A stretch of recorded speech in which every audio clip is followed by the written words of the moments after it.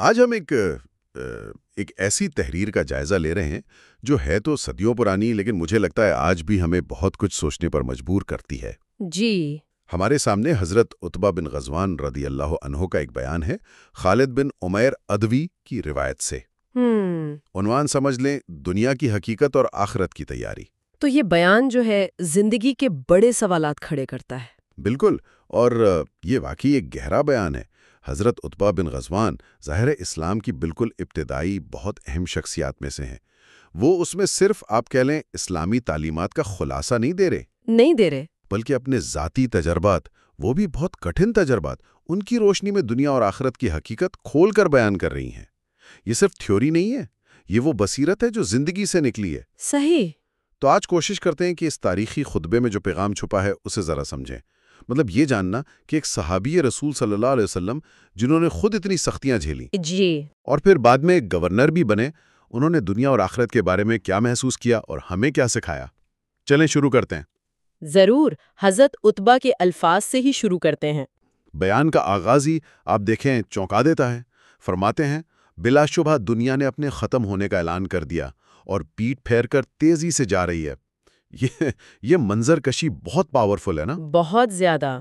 یہ صرف یہ نہیں کہ دنیا ختم ہوگی، بلکہ جیسے وہ باقاعدہ اناؤنس کر کے منہ موڑ کر جا رہی ہے۔ بالکل، اس میں ایک فوری پن، ایک ارجنسی کا احساس ہے۔ یہ نہیں کہ دنیا آہستہ آہستہ دھیرے دھیرے ختم ہو رہی ہے، نہیں، جیسے اس نے فیصلہ سنا دیا اور اب تیزی سے رخصت ہو رہی ہے۔ سننے والے کو فوراً لگتا ہے کہ بھائی وقت کم ہے۔ اور پھر وہ اس تیزی سے جاتی دنیا کی حقیقت کو ایک مثال سے واضح کرتے ہیں۔ فرماتے ہیں، دنیا میں سے تھوڑا سا حصہ باقی رہ گیا ہے، جیسا کہ برتن میں پینے کی چیز تھوڑی سی رہ جاتی ہے اور آدمی اسے چوس لیتا ہے۔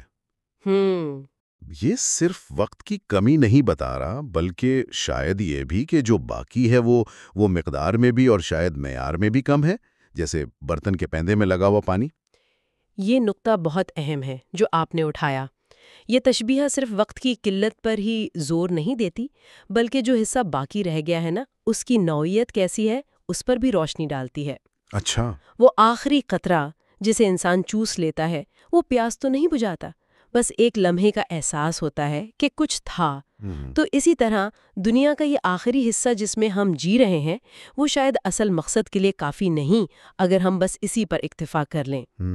یہ دنیا کی قدر و قیمت پر بھی سوال اٹھانے پر مجبور کرتی ہے کہ اس کی حقیقت کیا ہے جس کے پیچھے ہم بھاگ رہے ہیں۔ تو مطلب یہ ہوا کہ اس تصویر کشی کا مقصد صرف مایوسی پھیلانا نہیں ہے؟ نہیں، بالکل نہیں۔ بلکہ عمل کی طرف لانا ہے، کیونکہ وہ فوراً کہتے ہیں تم دنیا سے منتقل ہو کر ایسے گھر کی طرف جاؤ گے جو کبھی ختم نہیں ہوگا۔ اس لیے جو سب سے اچھی چیز یعنی نیک اعمال تمہارے پاس ہے، اسے لے کر تم اس گھر کی طرف جاؤ۔ بالکل۔ گویا دنیا کی حقیقت پہچاننے کا لازمی نتیجہ پھر آخرت کی تیاری ہے۔ یہی تو مرکزی نقطہ ہے۔ دنیا کی فنا پذیری کا احساس انسان کو بے عملی کی طرف نہیں لے جاتا، بلکہ ایک زیادہ بامانی، ایک پائیدار مقصد کی طرف لے جاتا ہے۔ صحیح۔ یہ یاد دہانی ہے کہ ہماری اصل منزل وہ ہے جو ہمیشہ رہنے والی ہے، اور اس سفر کے لیے زاد راہ یعنی سامان ہمارے اعمال ہیں۔ تو دنیا کی بے ثباتی کا شعور آخرت کی تیاری کے لیے سب سے بڑا محرک بننا چاہیے۔ یہ دنیا کو کمتر دکھانے کے لیے نہیں ہے، بلکہ ترجیحات درست کرنے کی دعوت ہے۔ بالکل صحیح۔ اچھا، دنیا کی اس حقیقت کو واضح کرنے کے بعد حضرت عتبہ ہمیں اگلی منزل یعنی آخرت کے بارے میں کچھ ایسی تفصیلات بتاتے ہیں جو ہمارے تصورات کو آپ کہہ لیں چیلنج کرتی ہیں۔ جی، جہنم کا ذکر کرتے ہوئے فرماتے ہیں کہ جہنم کے کنارے سے ایک پتھر پھینکا جائے گا جو 70 سال تک جہنم میں گرتا رہے گا، لیکن پھر بھی گہرائی تک نہیں پہنچ سکے گا۔ 70 سال کا سفر، جی، اور پھر بھی تہ تک نہیں پہنچنا۔ یہ اعداد و شمار اتنے بڑے کیوں ہیں؟ کیا یہ صرف خوف دلانے کے لیے ہیں، یا یہ ہماری دنیاوی سوچ کی جو محدودیت ہے اس کو توڑنے کے لیے ہیں؟ میرے خیال میں یہ دونوں ہی مقاصد ہیں، لیکن زیادہ اہم شاید دوسرا ہے۔ یہ اعداد و شمار جیسے 70 سال، یہ ہماری محدود انسانی سمجھ کو آخرت کے پیمانوں کی وسعت کا کچھ اندازہ دینے کی کوشش ہیں۔ اچھا۔ ہماری دنیا میں ہم فاصلے، گہرائی، وقت، یہ سب اپنے تجربات سے ناپتے ہیں۔ آخرت کے معاملات ان پیمانوں سے بہت بہت بلند ہیں۔ تو یہ تفصیلات ہمیں یہ سمجھانے کے لیے ہیں کہ وہاں کے انعامات اور سزائیں ہماری دنیاوی سمجھ سے کئی آگے کی چیز ہیں۔ یہ صرف خوف نہیں ہے، بلکہ اس حقیقت کا ادراک ہے کہ آخرت کے نتائج بہت بڑے ہیں اور دائمی ہیں۔ اور پھر وہ ایک اور حیران کن بات کہتے ہیں، اللہ تعالیٰ کی قسم، یہ جہنم بھی ایک دن انسانوں سے بھر جائے گی۔ اور اس پر وہ خود ہی سوال اٹھاتے ہیں، کیا تمہیں اس بات پر حیرت ہے؟ جی، یہ سوال کس کی طرف ہے؟ کیا یہ سننے والے کی بے حسی پر یا غفلت پر ایک طرح کا طنز ہے؟ یہ سوال بہت گہرا ہے۔ یہ صرف ایک بیان نہیں ہے، بلکہ سننے والے کو جھنجھوڑنے کی ایک کوشش ہے۔ حیرت اس بات پر نہیں ہونی چاہیے کہ جہنم اتنی وسیع ہے، اچھا، بلکہ حیرت اس بات پر ہونی چاہیے کہ انسان جانتے بوجھتے ہوئے وہ راستے اختیار کرتا ہے جو اسے وہاں لے جا سکتے ہیں۔ یہ کہ اتنی بڑی جگہ بھی بھر جائے گی، یہ انسانوں کی اکثریت کی غفلت اور گمراہی کی طرف اشارہ ہے۔ یہ سوال پوچھ کر حضرت عتبہ ہر فرد کو اپنی حالت پر غور کرنے پر مجبور کر رہے ہیں کہ بھئی کہیں میں بھی ان بڑھنے والوں میں تو شامل نہیں ہو جاؤں گا۔ یہ ایک طرح سے خود احتسابی کی دعوت ہے۔ صحیح۔ دوسری طرف جنت کا ذکر بھی اسی طرح کے وسیع پیمانے پر کیا گیا ہے۔ فرماتے ہیں جنت کے دروازے کے دو پارٹوں کے درمیان 40 سال کا فاصلہ ہے۔ یہ بھی ایک ناقابل تصور وسعت ہے۔ جی، اور یہاں بھی مقصد وہی ہے، اللہ کی رحمت اور اس کے انعامات کی وسعت کا اندازہ دلانا۔ 40 سال کی مسافت کا دروازہ صرف جنت کی عظمت نہیں دکھاتا، بلکہ یہ بھی بتاتا ہے کہ اللہ کی رحمت کتنی پشادہ ہے۔ یہ امید دلاتا ہے کہ نجات پانے والوں کے لیے اللہ نے کتنا بڑا اہتمام کر رکھا ہے۔ لیکن اس وسعت کے باوجود وہ کہتے ہیں لیکن ایک دن ایسا آئے گا کہ جنتیوں کے ہجوم کی وجہ سے اتنا چوڑا دروازہ بھی بھرا ہوا ہوگا۔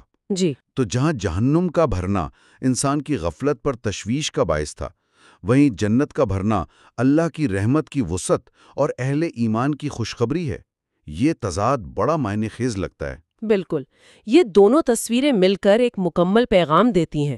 ایک طرف انجام بد کی ہولناکی ہے تاکہ انسان غفلت سے باز آئے، صحیح۔ دوسری طرف انجام خیر کی عظمت اور رحمت کی فراوانی ہے تاکہ انسان نیکی کی طرف راغب ہو۔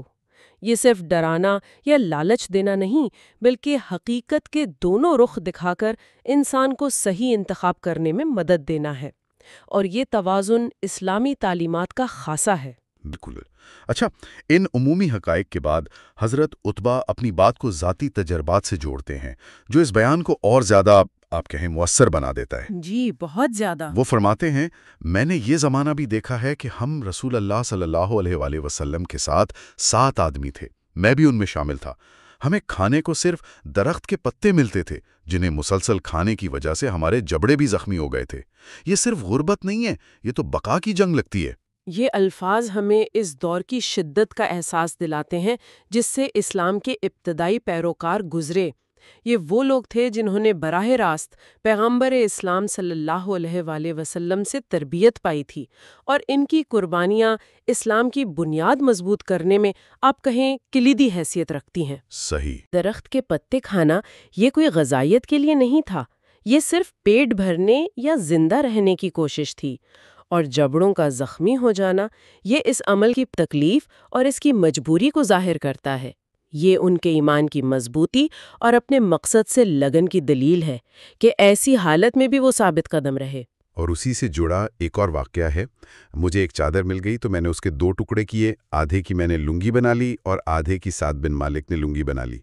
ایک چادر اور 2 افراد کے لیے ستر پوشی کا ذریعہ۔ جی، اس میں غربت کے ساتھ ساتھ ایک اور پہلو بھی ہے شاید۔ وہ پہلو ہے ایثار اور بھائی چارہ کا۔ اچھا۔ وسائل کی اتنی شدید قلت میں بھی اپنی ضرورت کی چیز کو دوسرے کے ساتھ بانٹ لینا یہ صرف مجبوری کی تصویر نہیں ہے، بلکہ اس مجبوری میں بھی اعلیٰ اخلاقی اقدار پر عمل کرنے کی مثال ہے۔ یہ ظاہر کرتا ہے کہ ان کا تعلق صرف نظریاتی نہیں تھا، بلکہ عملی طور پر وہ ایک دوسرے کے دکھ درد کے ساتھی تھے۔ لیکن منظر اچانک بدلتا ہے۔ وہ کہتے ہیں آج ہم میں سے ہر ایک کسی نہ کسی شہر کا گورنر بنا ہوا ہے۔ جی، کل درخت کے پتے کھانے والے، آج بڑے بڑے صوبوں کے حاکم۔ یہ تضاد جو ہے یہ سننے والے کو سوچنے پر مجبور کرتا ہے، کیا یہ صرف اللہ کے انعام کا بیان ہے؟ یہ اللہ کے انعام کا بیان تو ہے، یقیناً ہے، لیکن اس سے بڑھ کر ہے۔ یہ تضاد کئی پہلو رکھتا ہے۔ پہلا تو یہ کہ صبر و استقامت کا پھل دنیا میں بھی مل سکتا ہے۔ دوسرا، حالات بدلتے ہیں، تنگی کے بعد آسانی آ سکتی ہے، لیکن سب سے اہم پہلو جس کی طرف حضرت عتبہ خود اشارہ کر رہے ہیں وہ یہ ہے کہ کامیابی اور اختیار ملنے کے بعد اصل آزمائش شروع ہوتی ہے۔ اچھا، کیا انسان اپنی ماضی کی حالت کو یاد رکھتا ہے؟ کیا وہ طاقت کے نشے میں تو نہیں آ جاتا؟ بالکل، اور شاید یہی وجہ ہے کہ وہ فوراً یہ دعا کرتے ہیں، میں اس بات سے اللہ تعالیٰ کی پناہ چاہتا ہوں کہ میں اپنی نگاہ میں تو بڑا بنوں اور اللہ تعالیٰ کی نگاہ میں چھوٹا رہوں۔ جی، وہاں سب سے بڑی فکر یہ ہے کہ کہیں اللہ کی نظر میں چھوٹے نہ ہو جائیں۔ اس سے کامیابی کے ساتھ جو خطرات آتے ہیں ان کا اندازہ ہوتا ہے۔ یہ اس خطبے کا آپ کہہ لیں عروج ہے۔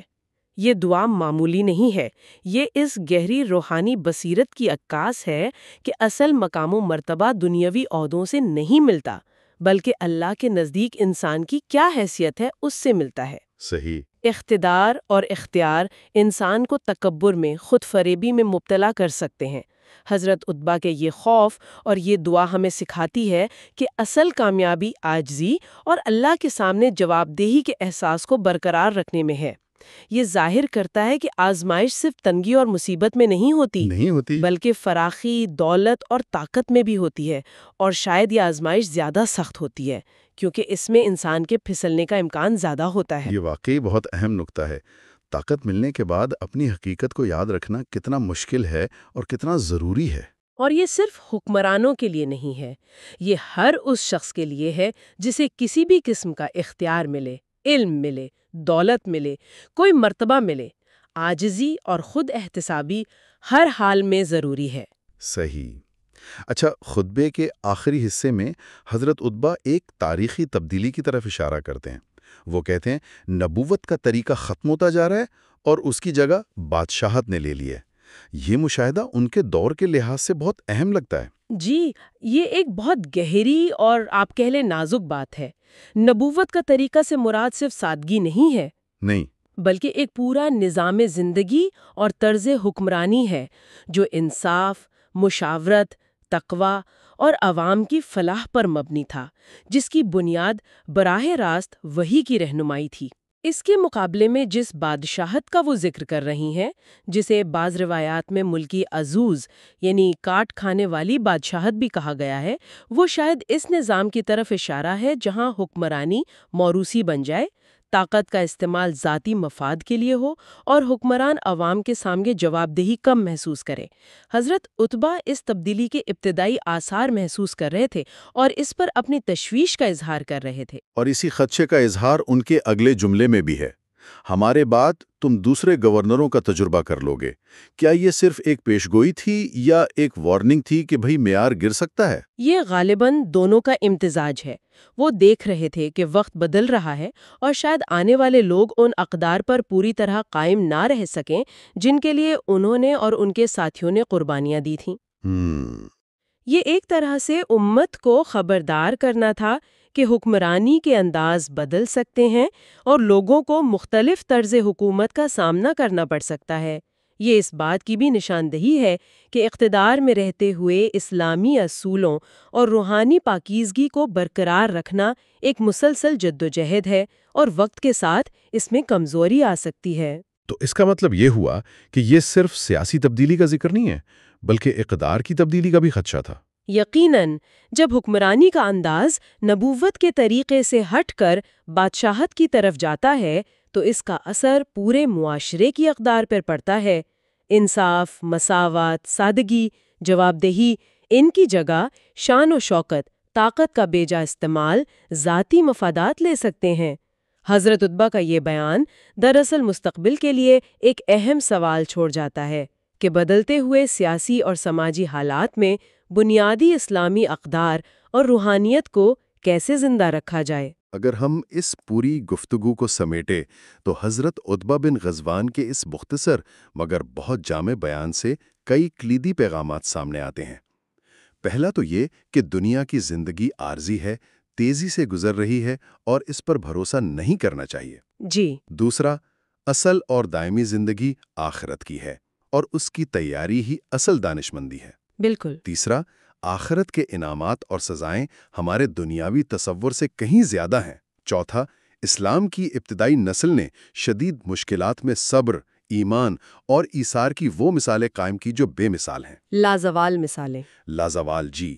اور پانچواں، جو شاید بہت اہم ہے، کہ دنیاوی کامیابی، طاقت اور اختیار ملنے کے بعد عاجزی اور اللہ کے سامنے جواب دہی کا احساس پہلے سے بھی زیادہ ضروری ہو جاتا ہے۔ آپ نے بالکل درست خلاصہ کیا ہے۔ یہ خطبہ ایمان، عمل، صبر، شکر، عاجزی اور مستقبل بینی کا ایک خوبصورت امتزاج ہے۔ یہ ہمیں یاد دلاتا ہے کہ زندگی کے ہر مرحلے میں، چاہے وہ تنگی کا ہو یا فراخی کا، بنیادی اصول وہی رہتے ہیں: اللہ پر ایمان، آخرت کی فکر اور اپنے اعمال کی جواب دہی۔